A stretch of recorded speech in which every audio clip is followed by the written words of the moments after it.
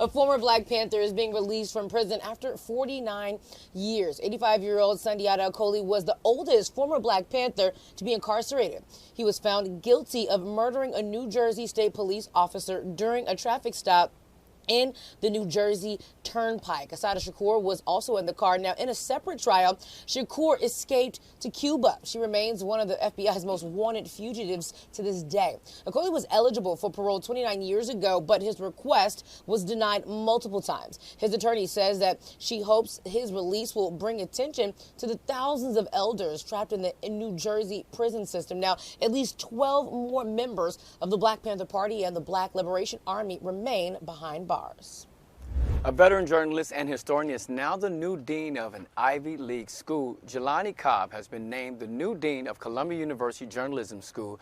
Cobb joined the faculty in 2016. He's also worked as a contributor and a staff writer for The New Yorker. He's the author of several books ranging from the presidential election of Barack Obama to the history of hip-hop. Cobb says his mission is to ensure graduates are well prepared for the changing field and to embrace the vital role of journalism in our society. And congratulations are in order for rapper Common. His only child, Amoye Lee Lynn, graduated from Howard Law School. She earned it after 3 years in the program. The proud dad posted this video on his Instagram for his 3.8 million followers. His daughter also holds a degree in economics from Howard, which she earned in 2019.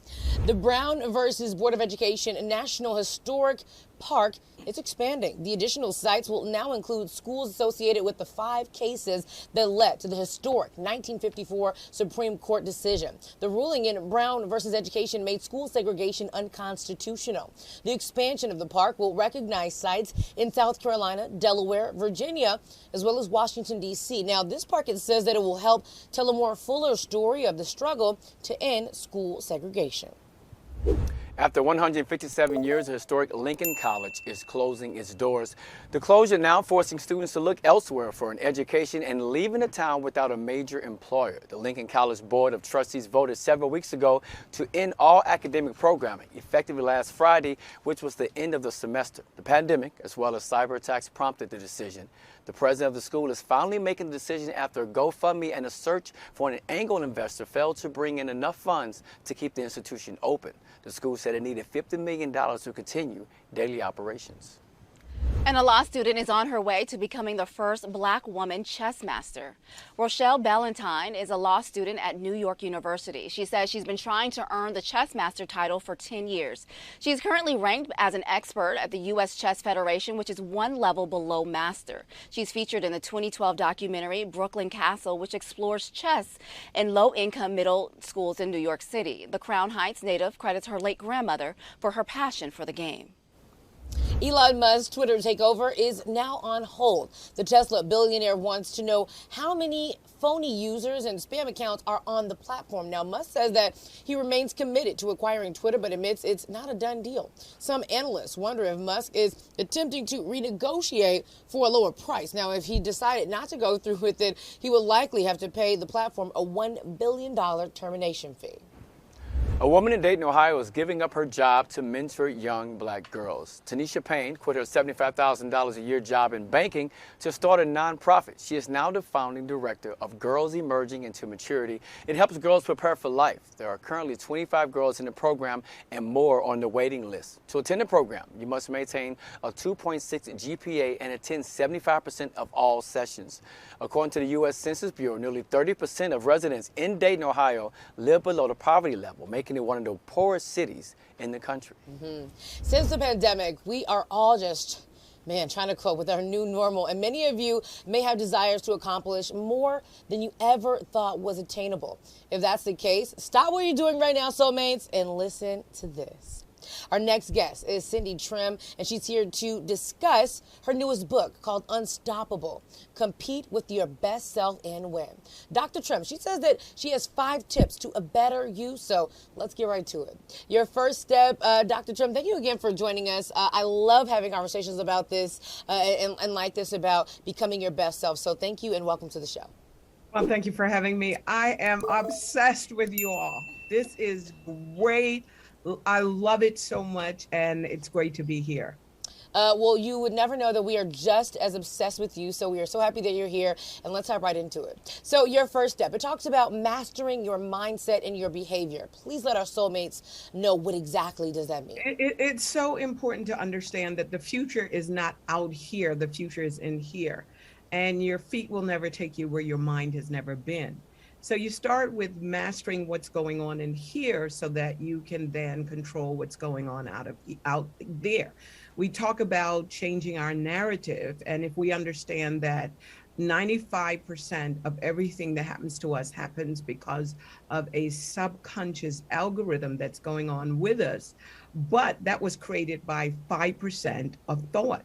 So instead of trying to change everything that's going on beneath the surface, what if you just take the time to change the 5% that's going on and consciously focus on where your mind goes? Because wherever your mind goes, your future goes. Oh man, So that's number one. I love that. And soulmates, we're going to just start saying I'm a millionaire. We're just going to put that out there so that, that millionaire mindset, it comes on in. And so your number two is developing your personal brand. What's to developing your personal brand? Tell us more about that. That's so important because your brand is what people think about you when they hear your name or they interact with you. It's this image that comes to the mind, and then it's the emotional attachment to that. And that's something that you can control, you can develop, you can craft, you can engineer. So a brand is the invisible force behind influence. And so everybody now wants to become a social media influencer, but you can control your brand by determining what you want people to think about you, and then embody that energy. Instead of just having a social media avatar, what if you can embody the energy of that avatar and show up every single day like that person? And then if you change the way you think about yourself and treat yourself, people will change the way they think about you and treat you as well.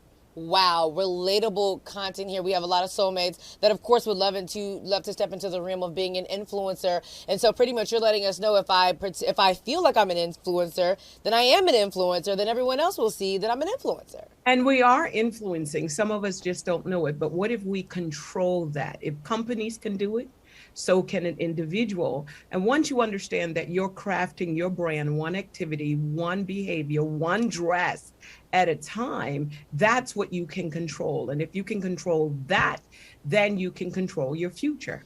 Dr. Trimm, already we're almost at number 3 here, but you're dropping some gems, and we're so happy about that. So let's hop right into number 3. The third step is becoming the best version of you. Please let us know exactly what that means. Well, we talk about becoming the best version of yourself. And a lot of times, you hear things about self-care, but how can you care for a self that you don't know? So it starts with self-mastery, the whole idea of self-mastery. It's about self-knowledge and self-affirmation and self-commitment and self-care, you setting attainable goals for yourself on a daily basis, not wiggling out of that, from losing weight to eating more healthily to taking better care of yourself. And I think if we understand that most people's thoughts and ideas is coming from outside of them through social algorithms, if we can just get rid of the telephone at night, stop sleeping with your phone as if your phone is your husband or wife. Make your bedroom your dream room and leave your phone outside, go to bed, think for yourself. Learn how to think for yourself, but most importantly, get to know yourself and stop living as a stranger to yourself. What do you want? Where do you want to go? What is your opinion about life? And take some time for self-mastery. Wow, that will be really hard for a lot of soulmates to leave the phone outside, but we're going to give it a shot for you. We're going to give it a shot. I appreciate that advice. So step 4, we're going to hop right into it, is mastering the art of living. And I'm sure we can all use some advice on that. Okay, so I'm going to just give it in sound bites. This is how I do it. This is how I share with everybody that I mentor. Number 1, you got to have routine. You've got to put routine in your life, what you do on a daily basis. Number 2, you've got to get rest. It's not just sleep, but you've got to rest. Number 3, you've got to have rejuvenation, a time where you can de-stress, where you can decompress. That can be watching a movie with family, with friends, walking. You've got to have a way to distress. The next thing that you have to do, you got to reinvent yourself. It's fine to be, who you are today, but what is the next best version of yourself? And finally, stop trying to be the best, be the only. Wow, I am inspired here. So our last one here, Dr. Trimm, because I could literally sit here all day, but we don't have a lot of time. Step 5 is leading from your genius zone. What is your genius zone? Yeah, it's where you thrive. I say all the time, could things be the way they are because you are the way you are? And what one thing can you change that can change everything? And your genius zone is where you find your passion, where you find your purpose. And when you connect to that, then nothing is impossible because you're operating in your genius zone. Someone asked me the other day, who are you? And I said, look, I am God's most intelligent, most brilliant expression given as a gift to humanity. And that's who I am. And if you show up every single day knowing that you are God's most ingenious gift given to humanity, you are the only one, you will become unstoppable. And just a quick sound bite, if you understand that you're the only one best qualified to be you, and there's nobody else in this world that's qualified to be you, and you started out winning with no arms, no leg, no feet, you won out of almost a million other possible that could have been you. You won the race, made it to your mother's egg, and you became you. And if you could do that without a brain, without hands, without feet, imagine what you can do now that you do have it. You are a brilliant contributor to something in this earth. My mother raised 7 children as a single woman, and her greatest gift was to raise me. And even as a single woman, you might say, well, I don't have this degree, I don't have that, but you have an opportunity to raise a healthy, contributing member of society.